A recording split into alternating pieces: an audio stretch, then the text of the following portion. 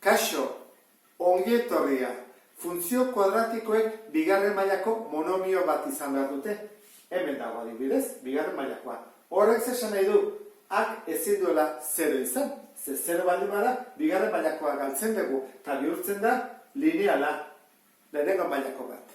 Orduan, hau oso importante da eta ondo begiratu behar dugu. Zergatik, A baldin bada positiboa, hau da, A baldin bada 0 baino handiagoa, adarrak goruz joango direlako. Eta baldin bada A negatiboa, adarrak beruntz joango dira. Horrek zesan nahi du.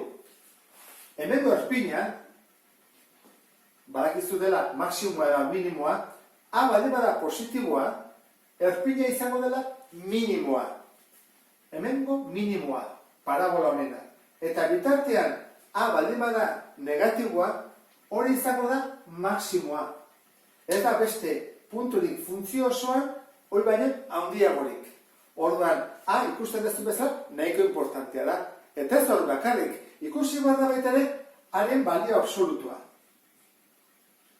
Zenbat eta handiagoa izan, adarrak ordua eta estuagoak ditu. Adibidez, baldin badu A honek balio handiagoa absolutua, izan beharrian horrela, izangontzeko handik estuagoa. Eta baldin bada txikiagoa, zabalduko litzake gehiago, eta joango litzake horrela.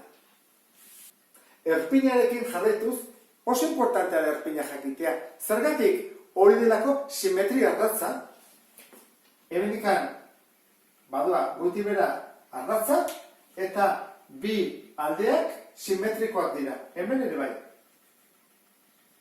Joan barko dugu orduan, jakitea erpina zein den. Eta hori nola kalkulatu daiteke formula txiki batekin. Ez da oso zaila. Segurazki, gogoratuko zen berehala. Bigarren mailako ekuazio bat isolatzeko, edo eta isak kalkulatzeko zenbat balio du, nola hasten da formula? Minus B, GBK, hori diazu kopiatzen, zati, BA. Ja, iritsi da. Hau da. Honekin dakigu simetria ardatza zein den. Adibidez, hau isa berdin 3, hau isa berdin 5, izan daiteke isa berdin minus 4, berdin du ezkerrean eskubian. Hau badakizu ez dela funtzio bat, goiti bera dijoalako. Orduan, honekin dakigu simetria ardatza, eta zepat da zaigu erpina jakiteko, isa hau ordezkatzea bere funtzioan, eta jakiko genuke iaren balioa, jakiteko puntua zein den, adibidez, izan daiteke 3 zazpi.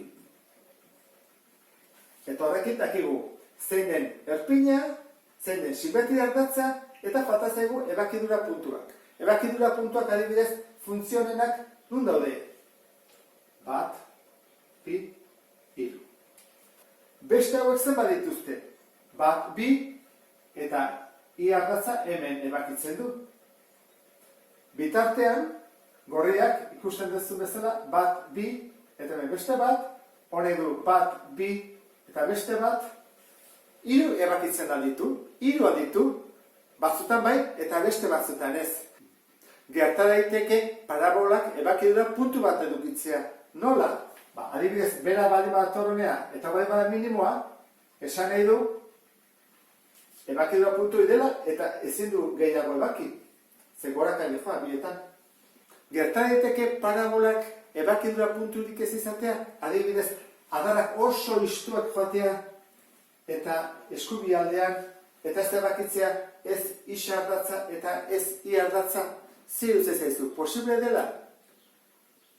Ez da posible. Zergatik ez da posible?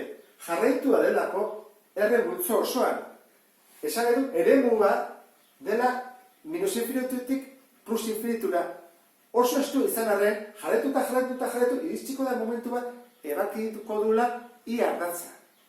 Orduan, gutxinez, ebakidura puntu bat badu, I ardatzarena, derrigorrez.